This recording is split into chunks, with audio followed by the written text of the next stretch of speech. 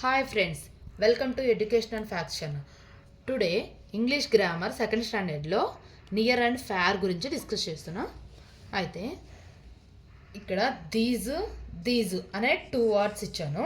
ఇవి ఏంటంటే మనకి దగ్గరగా ఉన్న వస్తువుల గురించి కానీ మనుషుల గురించి కానీ చెప్పే వాటికి దీస్ అని వాడతాం మనం. దగ్గరగా ఉన్నవి చెప్పేవి. అయితే సేమ్ మనుషులు అంటే పీపుల్ కానీ థింగ్స్ వస్తువులు మనకి దూరంగా ఉన్న వాటిని చెప్పడానికి దట్ దోజు యూస్ చేస్తాం. అయితే ఈ దిస్ దట్ ఓకే ఇవి సింగులర్కి యూస్ చేస్తాం. సింగులర్ అంటే ఈజ్ వాజ్ హ్యాజ్ ఓకే సింగులర్కి. అలాగే దీస్ దోజు అనేవి ఫ్లూరల్కి యూస్ చేస్తాము. ఫ్లూరల్ అంటే ఆరు వర్ హ్యావ్ ఇలాంటి వాటికి. ఓకే నెక్స్ట్ ఇక్కడ ఎగ్జాంపుల్స్ చూస్తే ఫస్ట్ ఇక్కడ ఫ్లవర్ ఉంది. ఓకే ఇది మనకి దగ్గరగా ఉంది. దగ్గరగా ఉన్న వాటికి ఏం యూస్ చేస్తానని చెప్పాను? దీస్ యూస్ చేస్తానని చెప్పా. ఓకే ఇది దగ్గరగా ఉంది.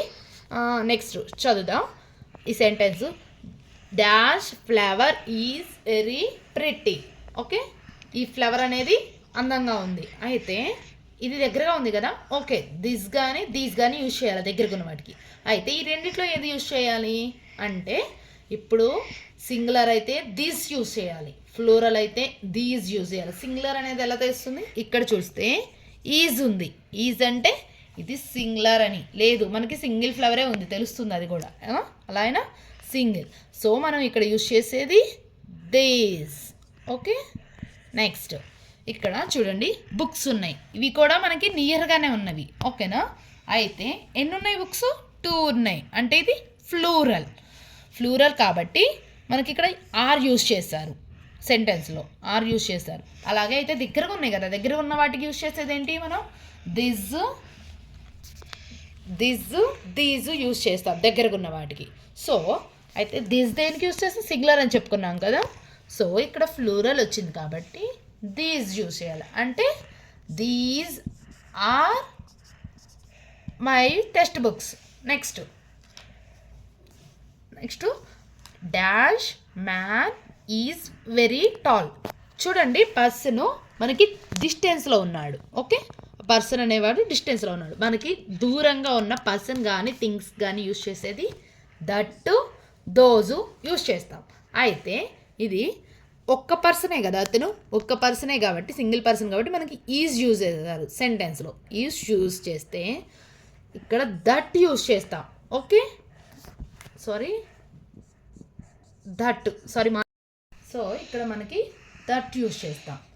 నెక్స్ట్ వచ్చేసరికి dash birds are so colourful. మనకి బర్డ్స్ చూడండి కలర్ఫుల్గా ఉన్నాయంటే అవి కూడా మనకి చాలా డిస్టెన్స్లో ఉన్నవి. ఓకేనా?